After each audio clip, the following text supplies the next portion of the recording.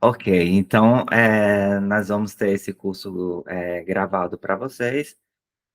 Eu vou disponibilizar, vou ver como é que funciona, se é disponibilização de link, ou se eu devo criar uma plataforma onde eu coloco os vídeos. Deixa eu apresentar para vocês o meu programa. Não se assustem, tá? Porque eu vou falar de algumas coisas aqui que vocês nunca ouviram na vida. Então, assim, não se assustem, porque isso aqui só é o programa do que a gente vai falar. É, dá para ver? Ah, mas não, vocês não estão vendo a minha tela cheia, para ver a tela cheia.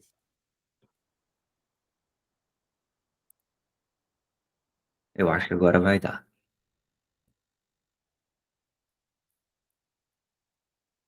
Bem, então, bem-vindos, né, ao curso de latim para iniciantes. Eu vou dar aqui uma apresentação para vocês do que é o meu objetivo.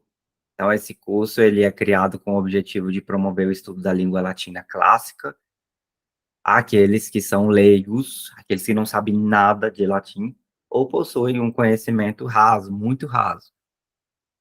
O que seria para a gente ver que 4%, não, 5% da população brasileira fala inglês, consegue falar realmente inglês, fluente, 5% da população, imagina latim. E nesses 5% de inglês, quantos por cento são pessoas que têm conhecimento de latim? A gente pode dizer que 0,0000% da população tem algum conhecimento de latim mesmo, assim, não estou dizendo de palavras soltas latim, mas de ter pelo menos feito uns 6 meses, alguma coisa assim, da língua. O que é uma coisa normal nos dias de hoje, porque antigamente, até o século XIX, nas escolas, principalmente nas escolas de elite e nas escolas confessionárias, nas escolas jesuíticas, por exemplo, o latim era uma língua obrigatória, né? Não sei se vocês sabem dessa informação, mas para antes do inglês entrar na nossa grade curricular, o latim era obrigatório até a década de 60. Nas escolas públicas, pelo menos, já tinha isso até os anos 60, tá? E aí teve a reforma curricular. Então, trata-se aqui um nível inicial, né, porque a gente entende que no Brasil não existe o estudo de latim, nem mesmo na área de direito. Eu acho muito necessário um aluno de direito ter uma noção básica de latim, mas não tem. Quando ele está falando habeas corpus ali, ele não sabe nem o que ele está falando, ele só sabe o que significa, mas não sabe o que as palavras ali significam, né? Um habeas data, um pacta sunt servanda, sabe? Então, é mais uma questão de decorar mesmo. Assim como a gente faz com o inglês, por exemplo, a gente sabe de inglês na palavra, sei lá, feedback, mas uma pessoa que sabe palavras soltas não quer dizer que sabe a língua, né? E, e nós vamos ver que o latim é muito presente no nosso dia a dia, sim, tá? Aqui eu vou também explanar por que é o último aprendizagem em latim, para fazer uma leitura, para fazer a leitura no original das obras da literatura da Antiguidade Clássica, da Idade Média e também do Renascimento. Então, o latim não fica só em Roma Antiga, ele vem até os nossos, até a Idade Moderna, tá? Até o Renascimento, Idade Moderna também ele era necessário. Hoje em dia, na Itália, por exemplo, ainda se estuda latim na escola. Claro, né, porque Roma está lá.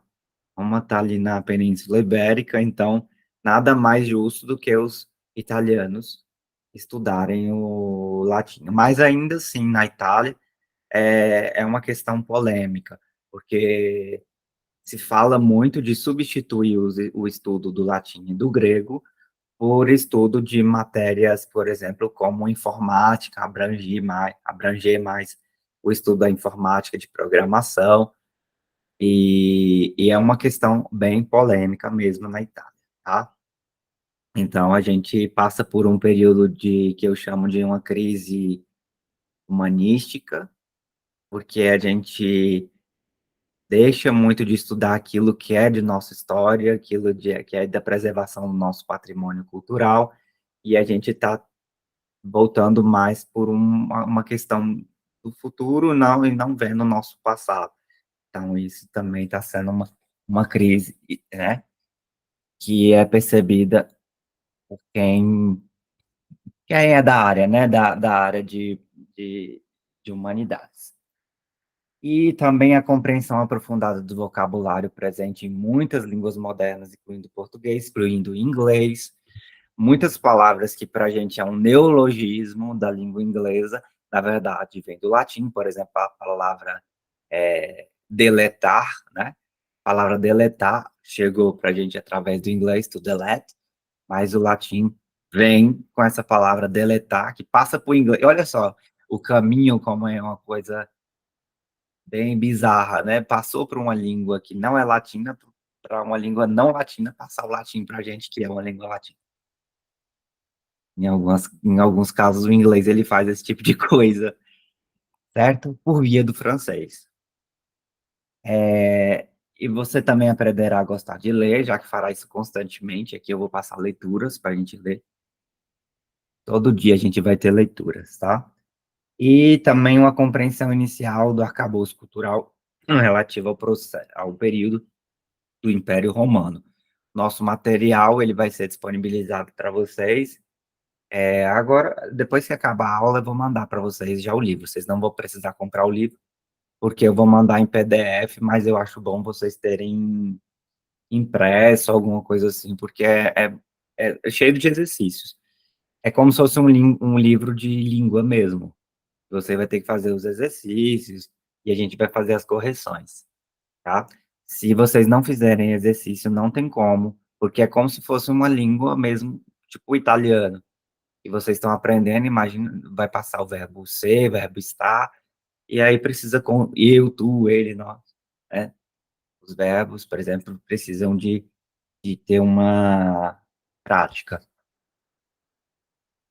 certo? Alguns, nós também vamos ter novos conceitos gramaticais, por exemplo, casos gramaticais. No português a gente tem, já viram falar bem assim, pronomes do caso reto, pronomes do caso oblíquo. Então, o que é um caso? A gente vai ver o que é um caso. A gente não sabe o que é um caso. O professor só explica que é um caso reto, um caso oblíquo, mas a gente não sabe o que é um caso. Um caso de quê? Um caso gramatical pronominal, no caso. Então, a gente vai ver que não só pronomes vão ter casos retos e oblíquos, ou genitivos, datividades. Mas a gente vai ver também que, por exemplo, substantivos vão ter o caso reto e o caso oblíquo, e não só pronomes, né? Então, o latim vai expandir um pouco mais esses conceitos gramaticais que a gente tem.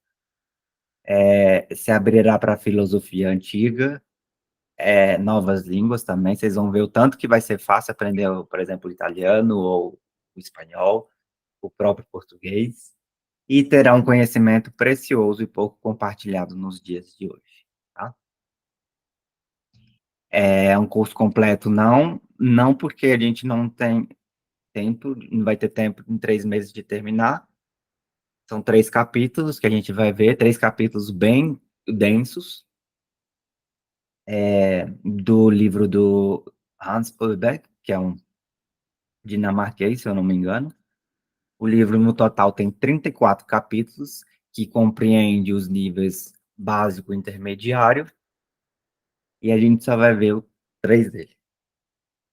Vocês estão dando um primeiro passo, né? Vocês vão ver que 3 capítulos dá para aprender bastante coisa. Aí, aqui, eu vou falar de cada capítulo, o que, que vai ter nos nossos 3 capítulos, tá? Conteúdo programático, a gente vai aprender geografia. O primeiro capítulo traz a geografia do Império Romano, então, se vocês não sabem o que é o Império Romano, vamos aprender a partir de hoje. Vamos aprender os gêneros gramaticais. Até então, a gente só sabe que existe masculino e feminino, mas a gente vai ver que também existe um gênero que é neutro, tá? Então, não só masculino e feminino, mas também um terceiro gênero, mas o que eu prefiro, inclusive, chamar de um não gênero, que não é um gênero, é uma falta de gênero, que é um neutro, né? Porque o que é neutro não assume nenhum nem outro. Então, não é nenhum nem outro. Então, é uma falta de gênero neutro, certo? Aquilo que é um sabão neutro, né? Aquilo que não tem o quê? Aí eu não sei falar. Mas, por exemplo, eu sou neutro, né? Dentro da política, sei lá, eu sou neutro, quer dizer, eu não assumo, não é que eu. Acaba que, sim, está assumindo uma posição, né? Uma posição de neutralidade. Mas o gênero gramatical a gente vai ver que neutro acaba assumindo também o seu ponto de gramaticalidade. Então, ele vai ter a sua forma. Em português existe gênero neutro, gente? Acho que não. Não? Não. As palavras só tem masculino e feminino, né? Sim. Sim. Mas vocês sabiam que existe resquícios do gênero neutro em português? Aquilo Não, que a eu. gente não pode dizer que é nem masculino nem feminino. Em alguns pronomes indefinidos, por exemplo, isso, aquilo. Hum. Isso não tem gênero, porque a gente não pode dizer isso, isso, né? Aquilo, né? Aquilo é uma árvore. Você não pode dizer aquila é uma árvore. Aí você vai ter que, né? Então aí você vai ter que o feminino é o aquela, o masculino é o aquele e o gênero e o neutro aquilo. Verem que é claro que a gente não aprende esse tipo de coisa na nossa escola, porque se o professor de português tratar o aquilo como um gênero neutro, ele está assumindo que na língua portuguesa existe um gênero neutro. Na verdade, não existe. O que existe é, restos do gênero neutro, que ainda está ali, né, permeando na nossa língua, mas ele acabou. Ali só tem a marca dele, marca de que ele existiu um dia, certo? Na língua é assim. Na língua ela vai deixando marcas, né, do passado. A gente vai aprender plural e singular, caso nominativo e ablativo. Não se preocupem, gente, é coisa nova para vocês. Interrogação, como né, ubiquítia. No capítulo 2, nós vamos aprender sobre a família romana. Vamos aprender pai, mãe, sim, membros da família, né? Vamos aprender um caso genitivo. Genitivo, ele ainda existe no inglês, no português não existe. Já viu falar do genitivo no inglês? Nunca ouviram falar sobre isso? Eu já ouvi, mas não lembro exatamente. Que é. O genitivo é aquele S que você coloca para dar uma posse. No alemão também tem, No né? alemão ainda existe isso. Por exemplo, the father's house, né? Esse S, em vez de você falar the house of the house of the father, você diz the father's house, com apóstrofo S. Aquilo ali é um genitivo no inglês, no português não tem. Mas em latim a gente vai ver que ele existe. Transformação do et em que, o interrogativo em cujos, que vai dar em português o nosso cujo, né? É muito usado no direito esse cuius, por exemplo, na expressão de cuius, a pessoa que já morreu. Na terminologia jurídica usa muito isso. Tanto é que o i no latim vai virar ele se alonga e vira um j. Por isso que muitas vezes ele é chamado de ilungo, ilongo.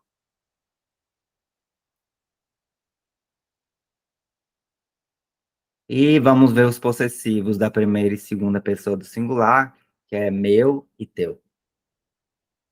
No capítulo 3, nosso último capítulo desse módulo, nós vamos ver verbos transitivos no presente, adjetivos para descrever estado de emoção, por exemplo, triste, feliz, alegre e tal. O caso acusativo singular, o que é o nosso chamado objeto direto, a diferença entre cur e quia, e pronomes acusativos é o que a gente vai chamar de pronome, em português seriam os pronomes do caso oblíquo, e os pronomes relativos e interrogativos. Gente, é muito conteúdo, assim, que a gente vai ver em 3 meses, tá? Mas não se preocupe, que a gente vai fazer muito exercício. Um possível quarto capítulo não está, como é que eu posso dizer, garantido para esse semestre nosso, depende do ritmo que vocês forem avançando, mas a possibilidade de entrar um quarto capítulo aí, onde a gente vai ver os números de 1 a 10. É assim, gente, o latim é uma língua que vocês não vão ter, a ordem de aprendizado não é de igual a uma língua estrangeira. Por exemplo, 1 a 10 a gente era para ver lá no início, não, 1 a 10 a gente vai ver lá na frente. Mas é assim, a gente vai ver imperativo singular, que é aquele de comando, mandamento, vamos ver vocativo, é, vocativo é um tipo de caso, vocês já viram falar de vocativo?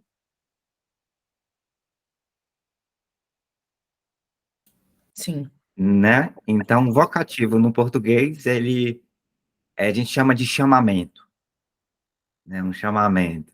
Ah, Maria é um vocativo. Só que a gente vai ver que no latim o vocativo, ele é um tipo de caso, assim como no nominativo, genitivo e o ablativo. Diferença entre eius e suum, que são possessivos também. Terceiro tipo de verbo, que é o de verbo ponere, e aí a gente vai ver, por exemplo, qual a diferença do ponere e do ponere, que são dois verbos, né? A gente vai ver por que alguns verbos têm por exemplo, vedere ou vedere, credere ou credere. Vamos ver que existe essa diferença em latim, e vai dar no italiano, por exemplo, essa diferença que não tem, na verdade, os italianos não vão fazer essa diferença, mas os latinos já faziam, por isso que hoje, muitas vezes, quem estuda italiano não sabe, professor, é vedere ou é vedere? É em latim que vai ter a resposta, né? E vamos ver, por último, talvez o relativo neutro quod. É isso, é o nosso conteúdo programático desse primeiro momento. E agora eu vou mostrar para vocês o nosso material didático. Gente, o nosso material didático, ele é, assim, de uma excelência, porque ele é todo em latim, nada em outra língua, tá? O único material de latim, todo em latim que existe. Esse material, ele é importado, ele é italiano, e a gente não acha fácil ele aqui no Brasil. Tem que importar mesmo. Quem quiser ter o material, é importado mesmo. Mas eu vou mandar para vocês, porque eu não vou fazer vocês gastarem R$ 500 comprando um material que muitas vezes vocês não sei se vocês vão gostar, tá? Esse daqui é o Família Romana, Pars Unos. Deixa eu tirar aqui.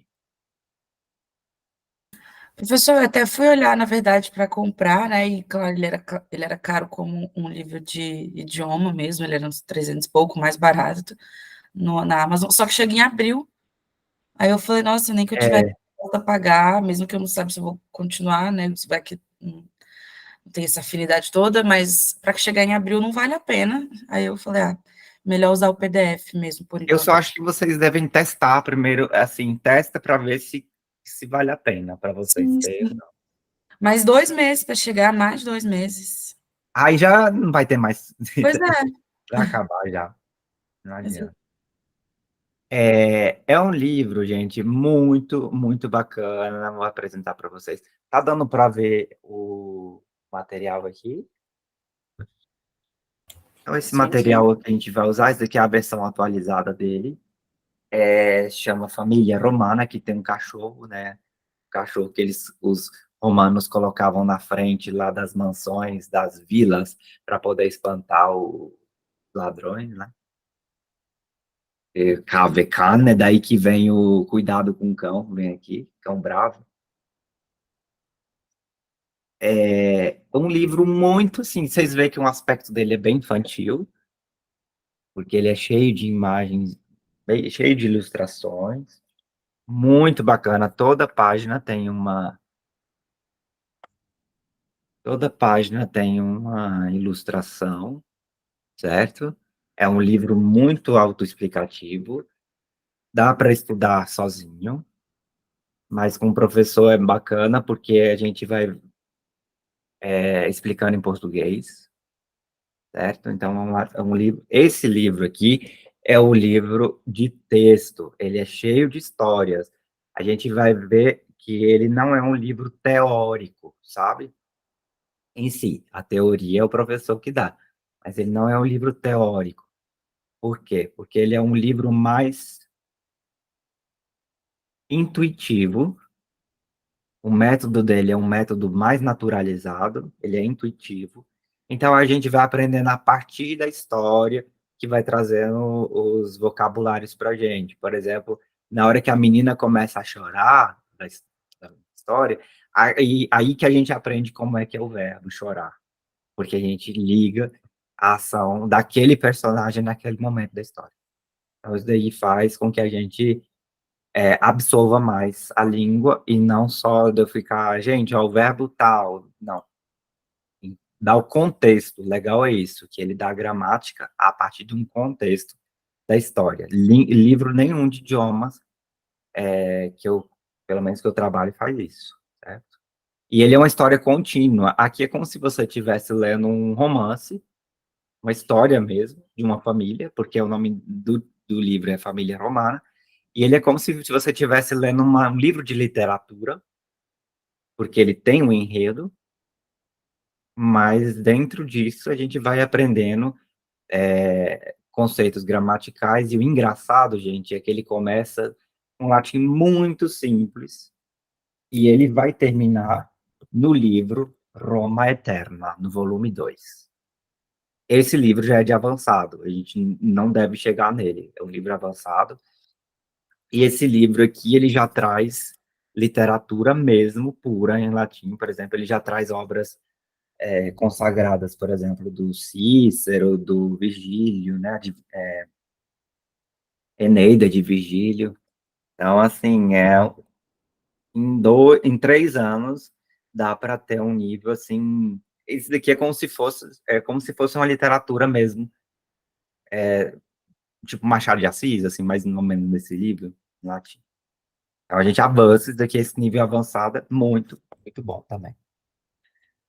Esse livro, esse aqui, cada livro é uma cor. Ó, o vermelho é o livro que vai ter o texto básico. O verde é o livro de avançado. O amarelo é o livro de exercício. Eu vou mandar para vocês também. É o livro de exercícios do vermelho. É o vermelho e o amarelo. Esse daqui é o texto e esse daqui são os exercícios. Aqui é a gramática pura. Gramática pura. Esse daqui cobra a gramática que é falada aqui, certo? E o azul é o livro de colóquio personário, é o livro só de diálogos. É um livro para esse livro aqui para quem estuda em escola, ele também é feito para dar aula assim em escola, né? E ele é para colocar os alunos para poder ensinar. A intenção deles é isso, porque ele é cheio de colóquio. O que é um colóquio? Um colóquio é um diálogo. Quando a gente fala que é uma linguagem coloquial, é uma linguagem usual do dia a dia.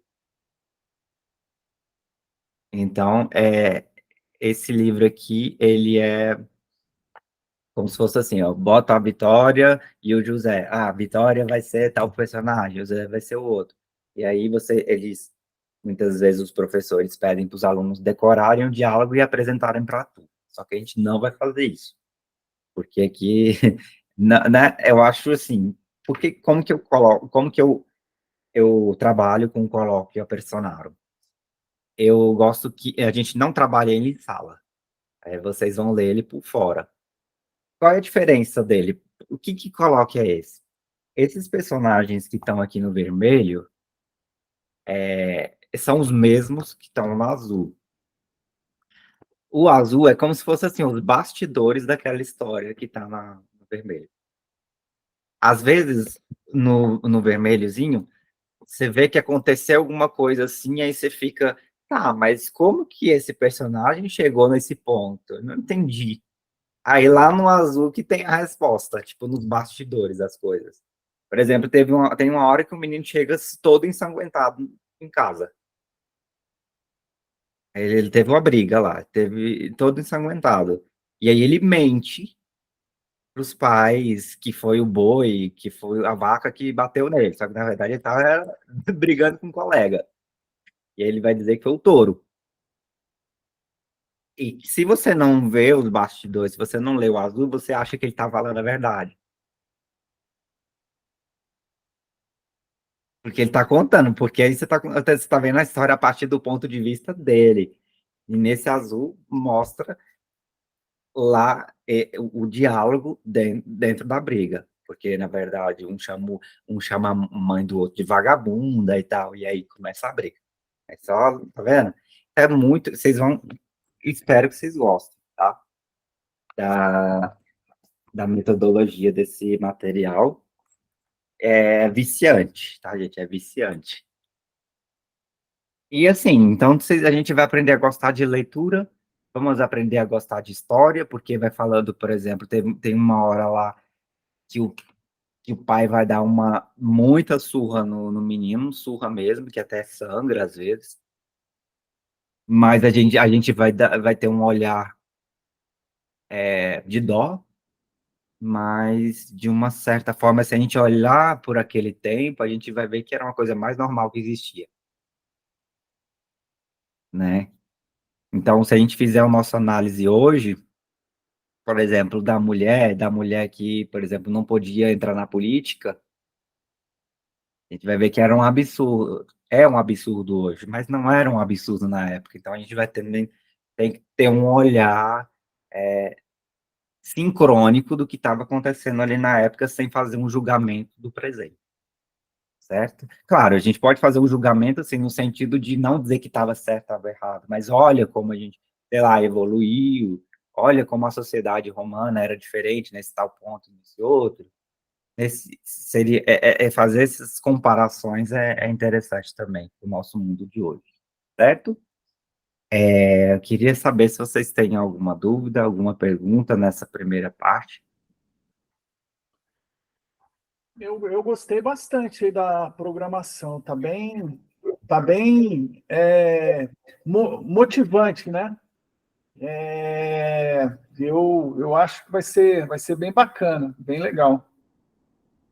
Sério, vocês estão vendo que é mais do que uma aula de língua, né? Sim, Então, a gente está vendo muita coisa, assim. E, assim, gente, nessa oportunidade, vocês podem trazer também questões de outras línguas também, tá? Para a gente comparar. Por exemplo, como eu faço aqui do inglês, trazendo um genitivo, porque muitas vezes a gente acha que as línguas elas não se conversam, mas a partir do latim a gente vai ver que existe a raiz de muita coisa está aqui, certo? Vocês vão ver, claro que não vai dar para a gente trazer todo tipo de língua, por exemplo, não dá para a gente trazer japonês para o caso, que a gente trouxer muito aquém do nosso universo românico ou europeu, aí vai ser meras especulações, né? Mas essas línguas mais comuns, por exemplo, o inglês, o alemão, o italiano, o grego, dá para a gente trazer uma associação e vocês vão ver que vai enriquecer bastante o repertório de vocês, não só na questão linguística, mas também cultural, histórica, antropológica. Né? André, você entendeu a proposta? Tem alguma dúvida? Não, eu entendi, é bem o que você tinha falado, que parece mais como, sei lá, uma matéria universitária do que uma aula de língua normal. E, Então, mas é interessante também essa pegada mais diferente. vai ter um pouco dos dois, porque tem hora que eu vou dar uma falada em latim também, e eu quero saber se vocês já entendem. Não dá para falar ainda já, mas quando começar a gente ver, por exemplo, algumas. Porque vocês vão ver que vocês vão estar tão acostumados com latim que vocês só vão ler em latim, a gente não vai ler em outra língua. Então, vocês vão chegar. Eu aposto que a partir, sei lá, da semana que vem, vocês vão ficar surpreendidos assim, nossa, eu entendi uma página inteira de latim. Semana que vem vocês vão falar isso. Bom? É, Professor, uma dúvida, oi. mais do material mesmo, esse azul que foi mostrado, hoje não vale a pena, por exemplo, ir atrás dele, mesmo que em PDF, porque não está no nosso, não estaria no nosso nível de entendimento. Ou dá? Se Assim, dá? como que onde que o azul entra? O azul, ele é extra, né? Ele é extra, mas ele é um extra que realmente vale a pena. O vermelho é o nosso livro que a gente trabalha aqui. Então, mas mesmo que então básico do básico, o azul já dá para ter uma Não, o entender. azul é para trabalhar junto com ele. Ah, entendi, É tá. junto. Porque assim, no vermelho, você vai ter 34 capítulos. Cada capítulo traz um capítulo, assim, a gente termina o vermelho, um capítulo, aí a gente vai para o colóquio do azul. É assim, termina um capítulo do vermelho, vai para o capítulo do azul. Só que assim, o capítulo do vermelho, tipo, são 5 páginas.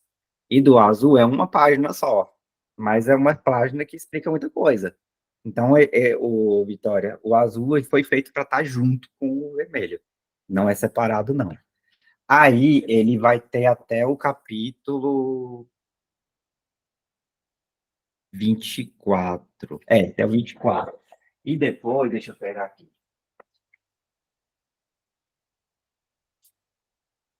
Quando chegar no intermediário, porque o colóquio é só do básico, ele não entra no intermediário. Porque quando chega no intermediário, ele já entra no Fabulesive. O que é isso? Entendi. Aqui são. Esse livro aqui é dos últimos capítulos. Ele vai trabalhar com mitologia greco-romana. Então, é aqui que a gente vai ver, por exemplo, o mito de Pandora, Teseu e Minotauro, sei lá, Atenas, a gente vai ver o Pomodoro, várias coisas a gente vai ver de mitologia aqui, certo? Aí, Perfeito. quando termina o vermelho, entre o vermelho e o verde, entre o intermediário e o avançado, existe um nível médio. Médio, assim, um pré-avançado, que é o Epítome História Sacra, que aqui é um estudo religioso, é a Bíblia em latim. Esse livro aqui, ele foi usado durante a colonização do Brasil pelos jesuítas. Eles usavam esse método do Carlo Francisco Lomodi, que esse livro aqui é a base da catequese brasileira, da catequese mundial, né? Então, hoje ele já não é estudado por quem não é seminarista, mas seminarista usa ele em latim. Então, ele também, em tese, faz parte do programa quando a gente terminar o nível médio. Antes de entrar no nível superior, entra ele. E aí a gente aprende. E ele é um resumo da Bíblia com explicações. A gente vai ver o Velho e o Novo Testamento. Então, assim, gente, você está vendo que um curso é riquíssimo. Riquíssimo. Se a Sim, gente for, sim. se a gente for Muito entrar. interessante. Oi? Parece ser muito interessante. É demais. E ele também, ó, ele é também cheio de, ó, Tá vendo?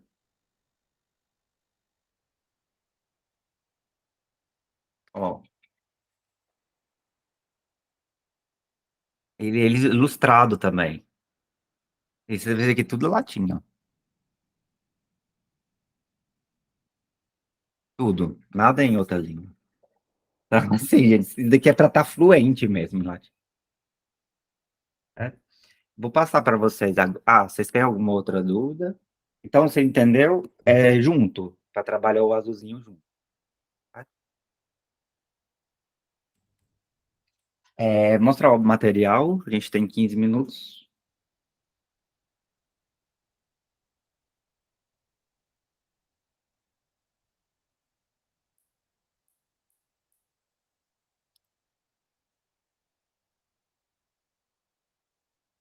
Pergamos.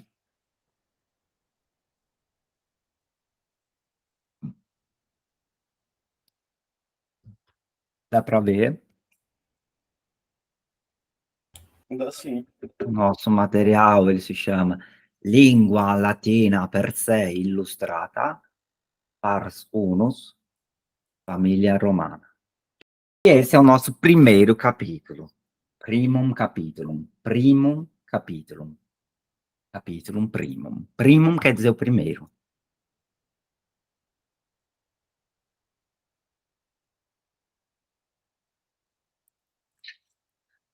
Né? Gente, essa imagem aqui, dá para entender?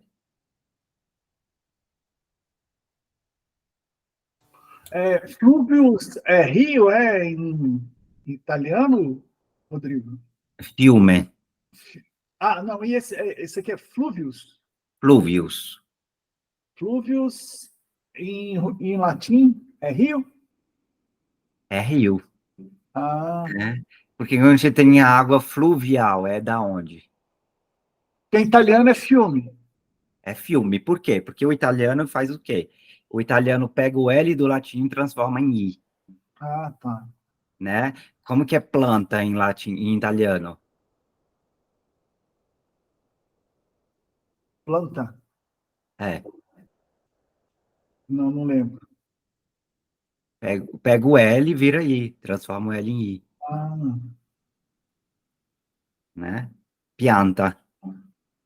pianta.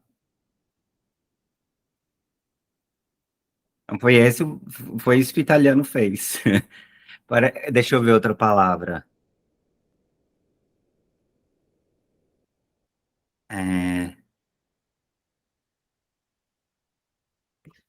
É, por exemplo, chuva, que em latim é pluvia. O italiano pegou e virou pioggia. Ah,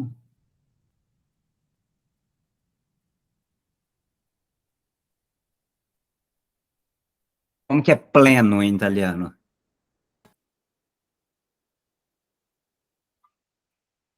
pieno. Pieno, muito bem.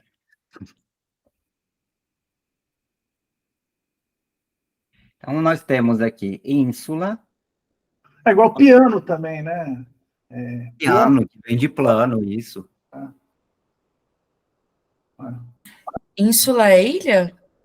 Aí, ó, o que que é? Tá dentro do rio, né? Uma porção de terra dentro do rio, ó. Ínsula. E aqui nós temos o oppidum. Ínsula. Tem palavras em português que parecem com ínsula?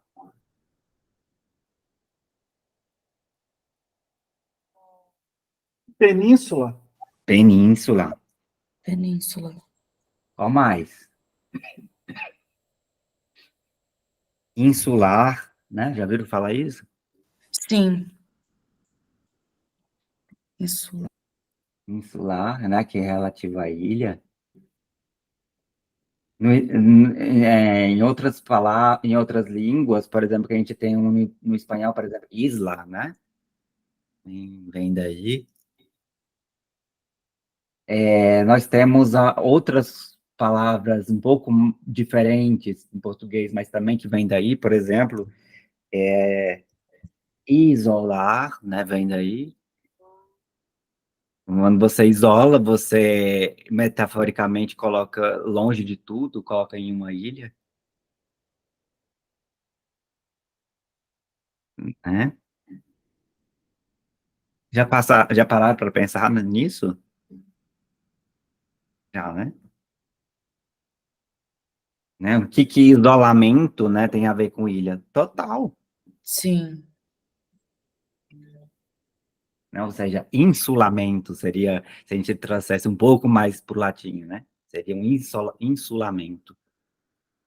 Se bem que quando a gente olha num dicionário muito mais antigo, a gente vai ver que essas palavras existem, tá? Insulamento. Hoje em dia não, mas se a gente olhar um dicionário daqueles, sabe aqueles grandão? Aquelas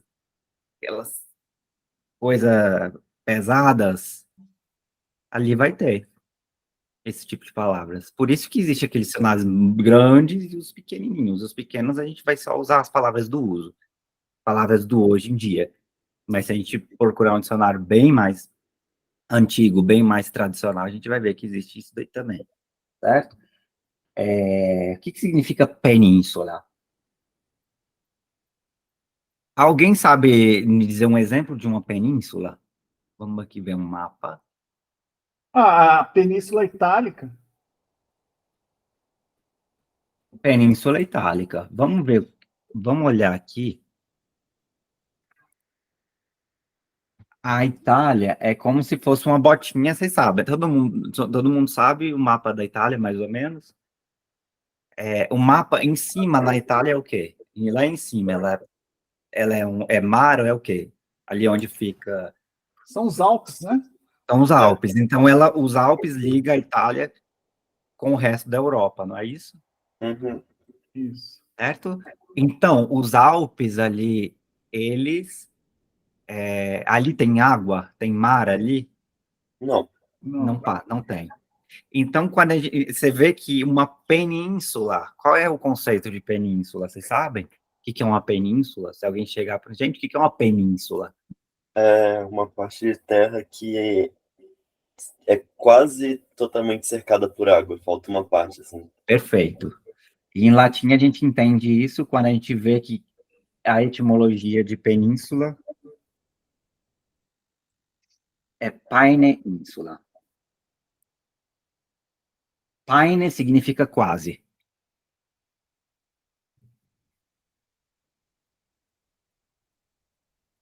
Então é quase ilha, literalmente, ao pé da letra. Então, se você pegar o latim, você vê a origem de muita coisa, né? Com certeza. Né? Tá? O negócio, o que aconteceu, que eles pegaram a palavra península, juntaram, tiraram o R e virou uma palavra só, virou uma palavra composta. Para a gente, não, em português, a gente não entende como uma palavra composta do península, mas em latim, sim, é composta. Do península, quase ilha. Por exemplo, a palavra todavia em português. São duas palavras, todavia. Mas a gente não entende hoje, no português atual, a gente entende que é uma palavra só. Guarda-chuva é uma palavra só, mas a gente sabe que é composta de duas palavras. Mas para a gente é claro. Por quê? Até pela forma de escrita. Guarda, traço, hífen, chuva. Mas muitas vezes nas palavras que não tem o hífen, a gente não entende que é uma palavra composta. Por exemplo, deixa eu ver um outro aqui. Embora. A palavra embora a gente acha que é uma palavra só, mas na etimologia é em boa hora. São três.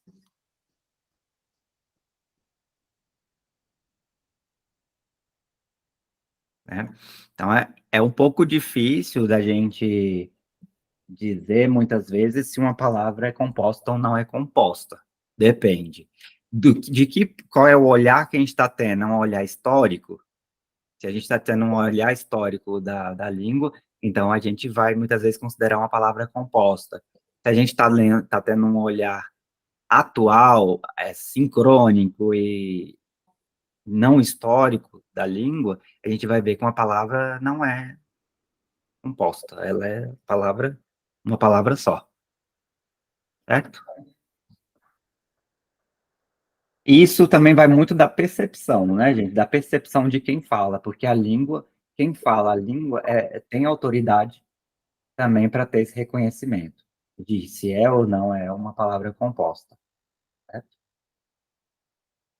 Então, nós temos aqui insula oppidum fluvius.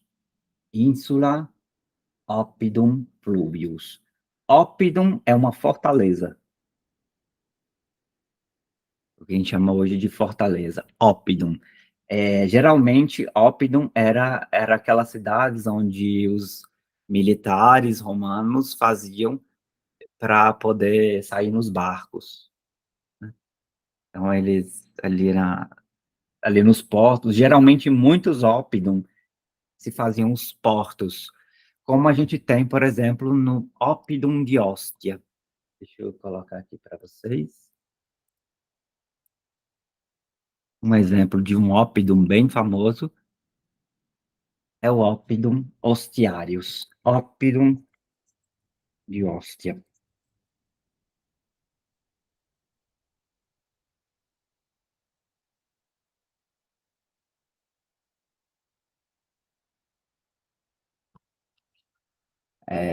Ostia, Itália.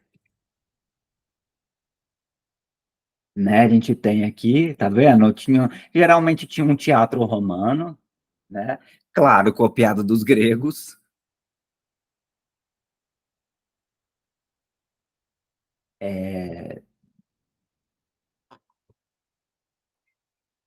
Mapa aqui. Tá vendo Ostia? Ainda hoje existe Ostia aqui na Itália.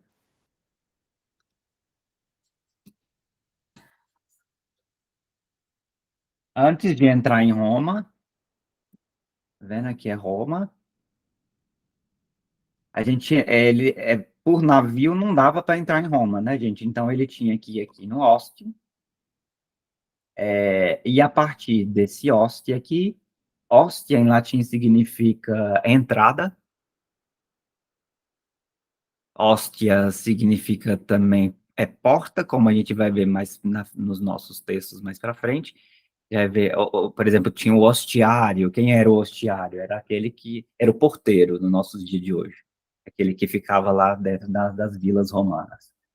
Então, eles passavam aqui, né? Os barcos vinham por aqui, passava no canal da Ostia, e daqui entrava no rio Tibre, e só assim conseguiam chegar em Roma, certo?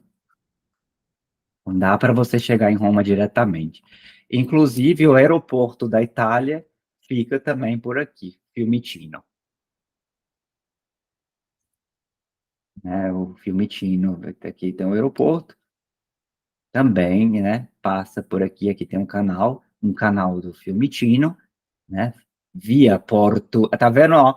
Via Portuense, quer dizer que, gente, um porto e uma porta não é à toa que são palavras que se parecem. Um porto, porta, né? É aquilo que dá entrada.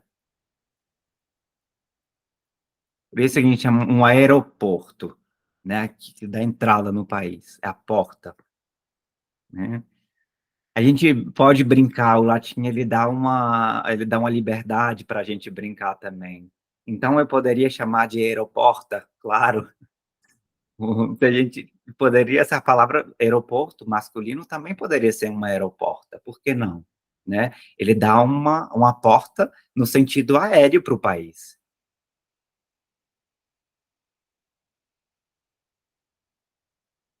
Certo?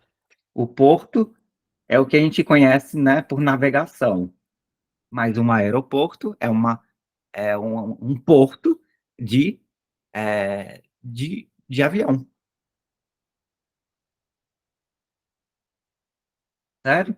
E então aqui era um ostium antigamente. ok? Aqui era um ostium.